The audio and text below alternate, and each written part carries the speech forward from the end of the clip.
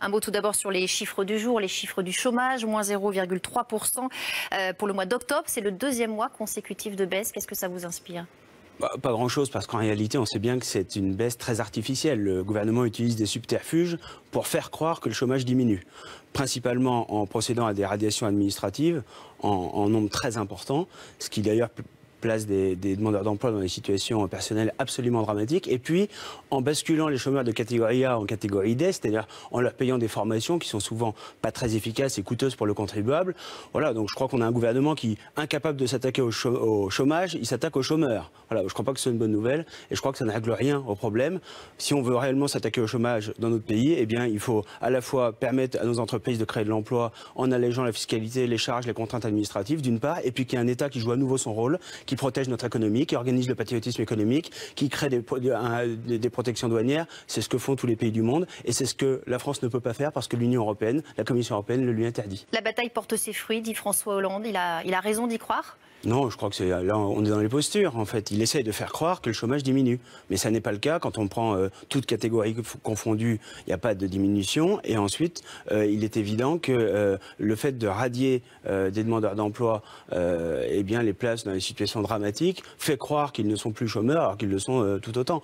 Donc voilà, je crois qu'il faut évidemment faire une analyse lucide de la situation. Et encore une fois, c'est pas en continuant dans la voie de l'austérité, de la fiscalité confiscatoire, de l'injustice sociale qui frappe aussi les entreprises, avec les TPE-PME qui sont 95% du tissu économique, qui payent 22% d'impôts sur les sociétés quand les grands groupes en payent en moyenne entre 6 et 8%. Voilà, c'est tout ça qu'il faut réformer. Et tant que le gouvernement ne sera pas capable de défendre à nouveau l'économie réelle au lieu de se soumettre à la finance internationale, eh bien, le chômage malheureusement continuera d'augmenter en France. Alors la primaire de la droite et du centre, c'est l'ultime débat ce soir, Fillon-Juppé, avant le second tour de dimanche. Un mot sur la spectaculaire percée de François Fillon. Votre réaction, personne ne l'a vu venir, vous non plus? Une fois de plus, les sondages se sont trompés lourdement. On l'a vu outre-Atlantique il y a quelques jours. Et là encore, je crois qu'il y a eu un phénomène que personne n'a vu, c'est que le rejet de Nicolas Sarkozy au départ a conduit beaucoup d'électeurs à se tourner vers Alain Juppé, et puis au fur et à mesure de la campagne, le rejet d'Alain Juppé était aussi fort que celui de Nicolas Sarkozy, et je pense que François Fillon a bénéficié un peu de ces deux rejets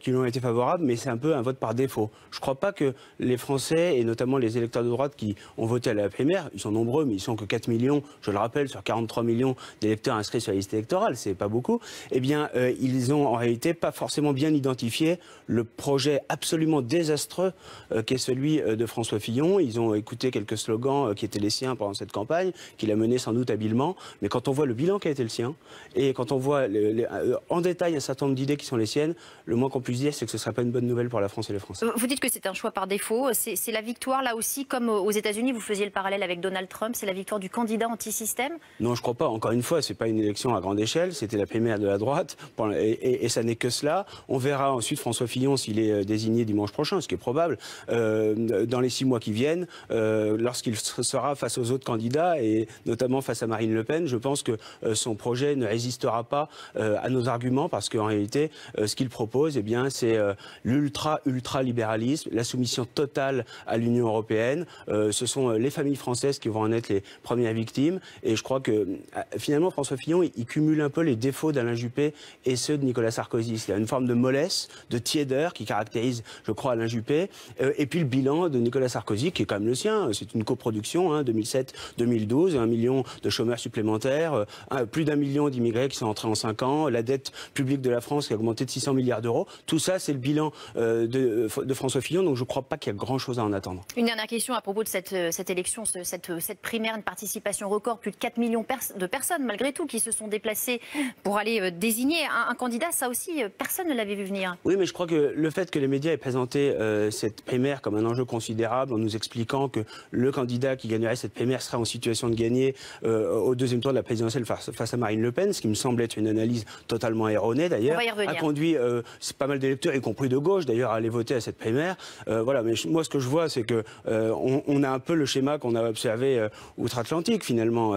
On nous expliquait pendant des mois que Donald Trump n'avait aucune chance d'abord d'être le candidat du Parti républicain, et il a gagné. Et ensuite, on nous explique expliqué qu'il serait battu à plat de couture par Hillary Clinton et il a gagné à nouveau. Donc je crois qu'aujourd'hui, les peuples ont envie de se défaire un peu des choix qui leur sont imposés par le système. Ils ont envie de libérer de ceux voilà, qui les ont déçus, qui les ont trahis, qui les ont abandonnés et se tourner vers les candidats qui défendent les intérêts du peuple. Et je crois qu'un futur duel entre Marine Le Pen et François Fillon a le mérite de la clarté. François Fillon, candidat du système, qui a été de tous les gouvernements de droite depuis 25 ans, responsable du quinquennat de Nicolas Sarkozy en très large partie, et de l'autre, Marine Le Pen, représentant le peuple français, ses préoccupations légitimes. Malgré tout, François Fillon serait un adversaire beaucoup plus complexe que Nicolas Sarkozy ou Alain Juppé pour Marine Le Pen. Je ne le crois pas du tout. Non, d'abord parce que au premier tour, je crois que Nicolas Sarkozy, même si on a bien vu ensuite qu'il a trahi toutes ses promesses de campagne, avait cette capacité à mobiliser, à séduire l'électorat populaire. Je crois que François Fillon n'aura pas du tout cette faculté-là. Et puis au second tour, on sait très bien qu'Alain Juppé aurait, là encore, dans la construction de l'UMPS, une capacité à rassembler au-delà de son propre camp. Alors que je crois que François Fillon n'a pas cette capacité à rassembler au-delà de sa famille politique au sens strict. Marion Maréchal Le Pen dit, elle, qu'il est le plus dangereux pour le Front National. Il a siphonné notamment les voix de la droite traditionnelle. Il empiète quand même beaucoup sur notre électorat. Je crois qu'encore une fois, il empiète dans le discours. Mais c'est comme toujours avec les candidats de droite. On l'a eu déjà avec Nicolas Sarkozy, qu'il faisait avec un certain talent. C'est-à-dire, on parle comme le Front National quand on est en campagne, on gouverne comme la gauche une fois qu'on est aux affaires. Et je crois que François Fillon, encore une fois, quand on va voir en détail le projet qui est le sien, on va s'apercevoir qu'il n'a aucune solution pour la France. Je prendrai très rapidement quelques exemples. Il ne veut pas remettre en cause le voile dans l'espace public.